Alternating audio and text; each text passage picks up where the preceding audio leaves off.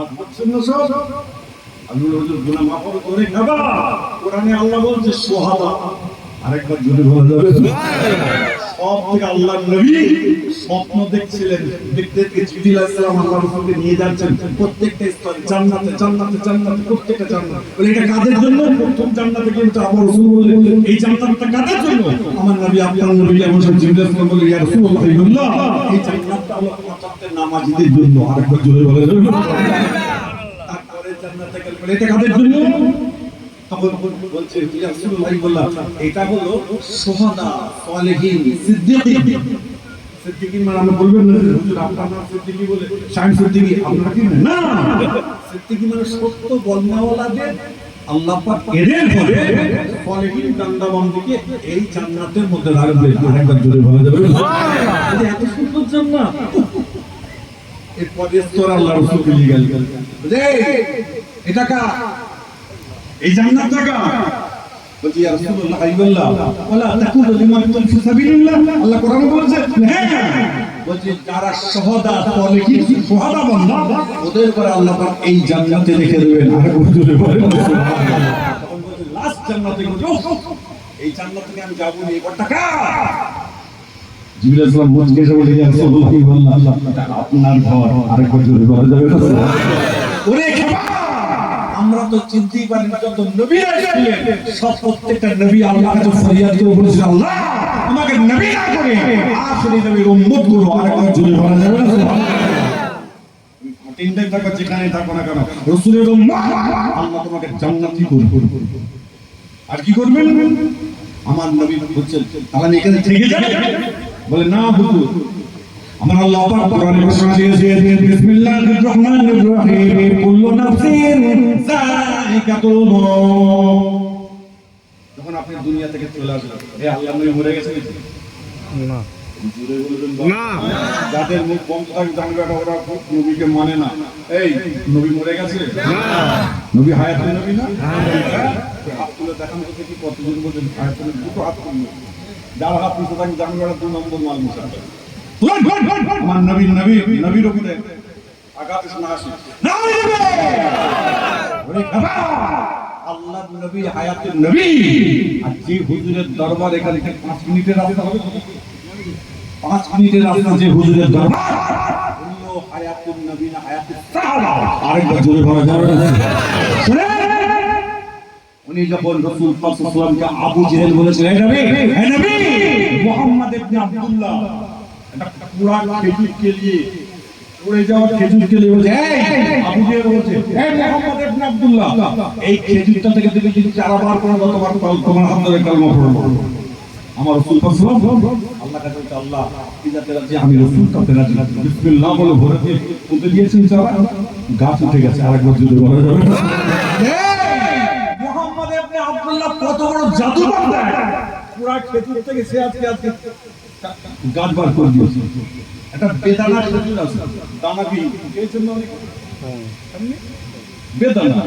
আমার রাসূল সাল্লাল্লাহু আলাইহি ওয়াসাল্লাম কি বলে আবু জেহেল বলে মুহাম্মদ ইবনে আব্দুল্লাহ, এই বেদানা খেজুর থেকে তুমি যদি চারা যদি বার করে দাও এখনই তোমার হাত ধরে কালেমা পড়বো।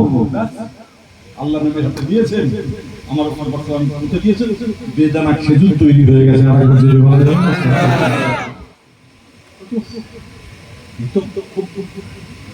খুব এলো আমি সব পুরা খেজুর দিয়েছি, পুরা খেজুর যার কোনো অস্তিত্ব নেই, সেই খেজুর আমার রাসূল পাক বলে হে নবী মুহাম্মদ ইবনে আব্দুল্লাহ সাল্লাল্লাহু আলাইহি ওয়াসাল্লাম, তুমি এই খেজুরটাকে যদি এবার যদি বার করে দিতে পারো তাহলে তোমার সাথে আমরা কালেমা পড়বই। আবু জেহেল, আবু লাহাব, উতবা, সাইবা, ইতিহাস সবাই বকর বাজাচ্ছে, বলে এবার মুহাম্মদ ইবনে আব্দুল্লাহ এবার গেল। আসলে ওই সময়তে যে হুজুরের দরবারে আপনারা বসে আছে ওই হুজুরও সেই সময় হাজির ছিল। আরেকবার জোরে বলা যাবে? যত নবী এসেছেন, যত রাসূল এসেছেন, তারা তো ঠিকই আছেন। যত পীর মাশায়েখ ওলি আল্লাহদের নিয়ে আমরা আছি, তার থেকে আজকে ভাটিন্দার ভাইরা তার থেকে অনেক বড় জিনিস সাহাবায়ে রাসূলকে নিয়ে আছেন। এবং তিনি আমার রাসূল পাক সাল্লাল্লাহু আলাইহি ওয়াসাল্লাম যেমন গাজর পুরা খেজুর, মানে যেটাকে আম্বালা খেজুর বলা হয়, মক্কা শরীফ বলে, এমন ওই খেজুর বড় বড় খেজুর হয়, ওই খেজুর এমন তৈরি হয়ে গেল।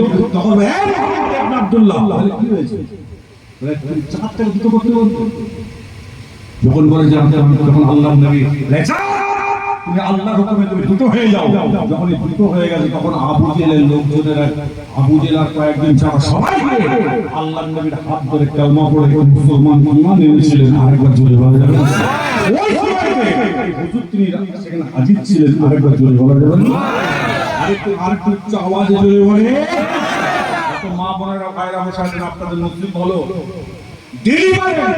প্রত্যেকদিন যদি সময় না হয় জুম্মার দিন আসরের নামাজের পরে ওই সাহাবা হুজুরের মাঝে 5 মিনিটের জন্য সালাম দিয়ে যাবেন। যদি দিয়ে যান ওই এক সপ্তাহ 4 বার তোমাদের কোনোদিন বসে যাবে না, আল্লাহ পাক দিতে থাকবেন। আর সাহাবা হুজুররা বলে আল্লাহ আমাকে বড় মহব্বত করে, আল্লাহ তুমি তাদের কবুল করে নাও। আরেকবার জুড়ে বলা যাবে খবরটা দেখলো কি ভালো করে নিয়ে চলবেন। আল্লাহ নবী বলে আমার রাসূল সাল্লাল্লাহু আলাইহি ওয়াসাল্লাম বলছে জিবরিল এই জান্নাত বলছে আপনি দুনিয়া থেকে আসার পরে আল্লাহ পাক এই জান্নাত আপনার জন্য তৈরি করেছেন। আরেকবার জোরে বলে যাবে তো আমার রাসূল তিনি হায়াতুন নবী। আরেকবার জোরে বলে আল্লাহর নবীর দরবারে কথা বলতে আমার রাসূলকে আপনি চিনতে পারলাম না, হাবিবের নবীকে আপনি চিনতে পারলাম না। আমার নবী আপনার নবী দয়ার নবী হুজুর আকরাম সাল্লাল্লাহু আলাইহি ওয়াসাল্লাম যুদ্ধের সময় প্রত্যেকটা সাহাবা আমার নবীকে আমার নাম লিখে দিয়ে যাচ্ছেন, প্রত্যেকটা সাহাবা নাম লিখছে।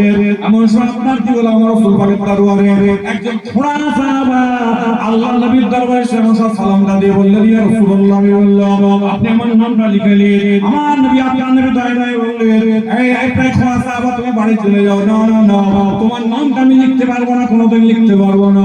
এমন সময় দ্বিতীয় দিন আমার রাসূল পাকের দরবারে সাহাবা সালামটা দিয়ে বললেন ইয়া রাসূলুল্লাহ হুজুর আপনি আমার নামটা লিখে নিন, আজকে আপনি আমার নামটা লিখে নিন। আল্লাহর নবী বললেন তুমি খোড়া মানুষ, তোমার নামটা আমি কোনোদিন লিখতে পারছি না। আমার সাথে তৃতীয় দিন এসে আমার নবীকে সালামটা দিয়ে বললেন হুজুর আপনি আমার বেয়াদবিকে ক্ষমা করবেন, আমার 4টে ছেলে আজকে আপনার উপরে যুদ্ধের জন্য নাম লিখে দিয়েছে। আমার 4টে ছেলে দুনিয়ায় বেঁচে থাকবে, আপনার দুনিয়া থেকে চলে যাবে। আমি বাপ কিভাবে তার লাশটা তাদের লাশগুলো দেখবো, হুজুর আপনি আমার নামটা লিখে নিন। ওই সময়টা আল্লাহর নবী বললেন না না না তোমার স্ত্রীর কাছ থেকে তুমি পারমিশনটা তুমি নিয়ে আসো, স্ত্রীর কাছে পারমিশন নিয়ে এসো। জমি যদি কোনো রেজিস্ট্রি করতে যায় তাহলে নমিনি আছেন, নমিনি বলে এই জোরে বলে ভাই এই কারো কষ্ট হচ্ছে না কারো ঘুম ধরেছে? হ্যাঁ না ঘুম যদি ধরে আল্লাহ বলবো আল্লাহকে একদম ঘুমিয়ে দেবো, ও জানাজা করে যাবে। আরে ভাই আর মনে করেন কোন জায়গায় গল্প করছে আল্লাহ যারা এদিক ওদিকে গল্প করছে আল্লাহ ওদের কারবার ঠান্ডা করে দিয়ে শান্তি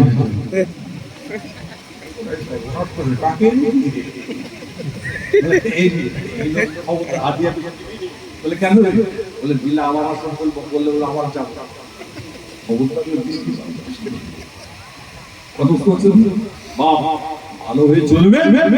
আমি শাহিন ফিরদিকে আপনাকে জান্নাতে ঢোকাবো না, আমার দাদা হুজুর জান্নাতে ঢোকাবে না, আমার কি বলে দাদরা জান্নাতে ঢোকাবে না, তবে আল্লাহ এবং আমার রাসূল। আরেকবার চলে বলে যাবে হ্যাঁ নবীকে এখান থেকে ভালোবাসবো। সাহাবা রাসূল আমরা বাংলায় যত আমরা পীরের দরবার মাজার জিয়ারত করি না কেন, সাহাবা রাসূলের দরবার পাবো না? কপাল চাই। তেমন সময় বলেছে নমিনি কে তোমার স্ত্রীর কাছে পারমিশন নিয়ে এসো। স্ত্রীর কাছে গিয়ে বলছে আমার স্ত্রী তুমি আমাকে পারমিশন দাও আমি জিহাদে যাবো। স্বামী স্ত্রী মজা হয় না?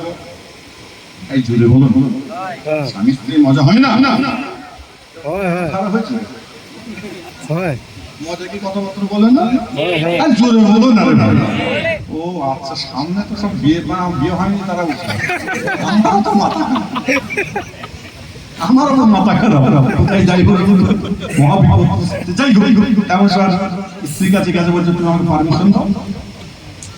তখন স্ত্রী মুচকে এসে বলছে, তুমি তুমি যাবে, তুমি অর্ধেক রাস্তা থেকে ফিরে যাস।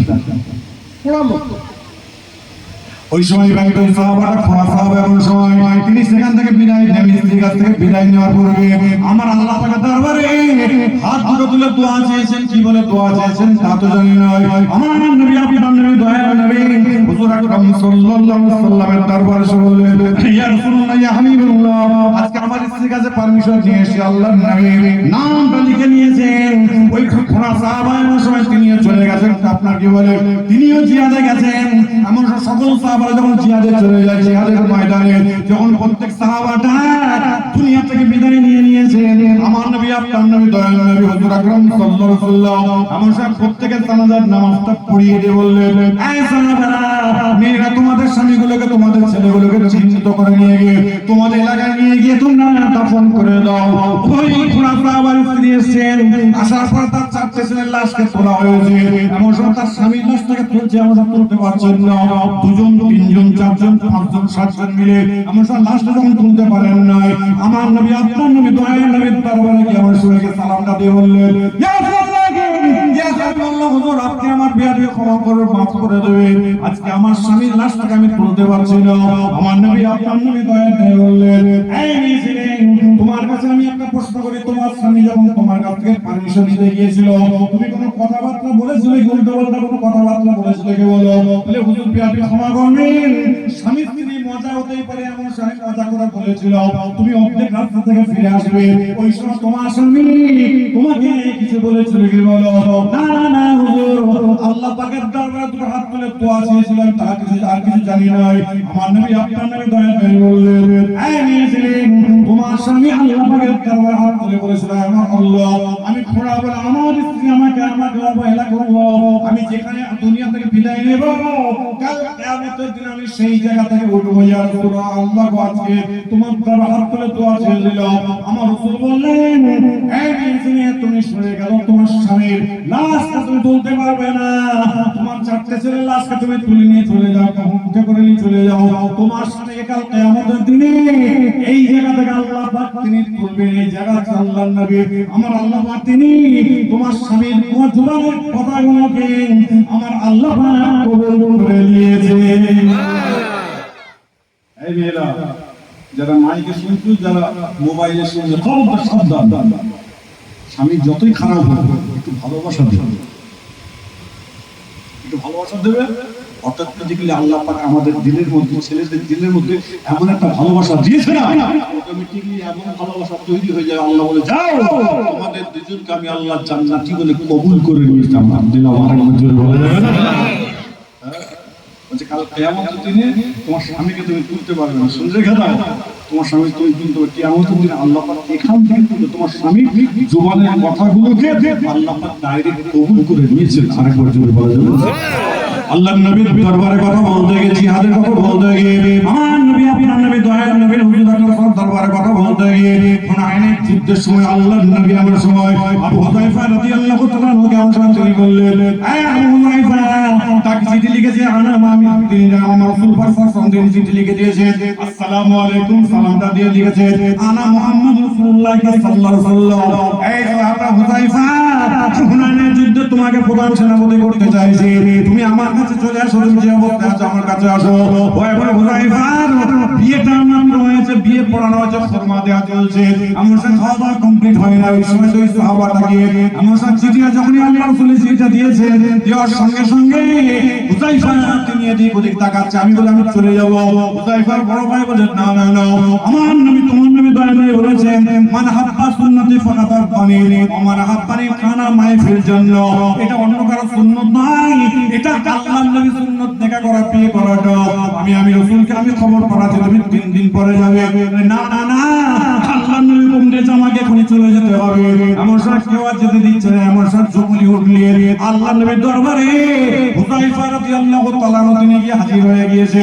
আমার সাথে যখনই হাজির হয়ে যায়, আল্লাহর নবীর সঙ্গে সালাম কালাম দেওয়া হয়েছে, আলাপ আলোচনা কথাবার্তা চলছে, এমন সময় আসর মাগরিবের নামাজ আদায় করবার পরে আল্লাহর নবী নামাজ আদায় করালেন। এমন সময় হুযায়ফা তিনি আল্লাহর নবীর দরবারে আসর মাগরিব সালাম আপনাকে বলে মাগরিবের নামাজটা পড়ে সুন্নত নামাজটা বাইরে এসে পড়ছে। এমন সময় একটা জোয়ান যুবক ছেলে এসে এমন সময় হুযায়ফাকে সালামটা দিয়ে এমন সময় মুসাফা করেছে। করবার পর দেখা যায় একটা মাত্র চিঠি রয়েছে। ওই চিঠিটা খুলে দেখতে পাই যে মেয়েটাকে তিনি বিয়ে করেছে, ওই মেয়ে ছেলেটি আমাকে যে চিঠিটা লিখে ফেলেছে, আসসালামু আলাইকুম আমার প্রাণের স্বামী, আমার প্রাণের স্বামী, আপনি আমার সালাম নেবেন। আপনার সাথে আমার বিয়ে হয়েছে, কিন্তু আপনাকে আমি দেখতে পেলাম না। কাল কিয়ামতের দিনে আপনাকে আমি কি করে চিনতে পারবো, তার জন্য আমি আপনাকে একবার দেখতে চাই। হুযায়ফা রাদিয়াল্লাহু তাআলা তার পিছনে চিঠি লিখে পাঠিয়েছে, হে আমার প্রাণের স্ত্রী, তুমি আমার সালাম নিয়ে তোমার মাধ্যমে দোয়া করি, আমাকে দেখার জন্য তোমার কোনো অসুবিধা নাই। আজকে আমি তোমাকে দেখতে যাব না, আমি দুনিয়া থেকে যদি যাওয়ার পরে আল্লাহ পাক যদি আমাকে জান্নাতি করে দেয়, আল্লাহর হুরেরা আমার জন্য যথেষ্ট বলে লিখে দিয়েছে।